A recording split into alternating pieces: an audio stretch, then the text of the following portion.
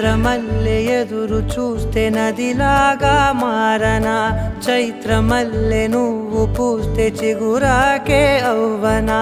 నన్నే వరించి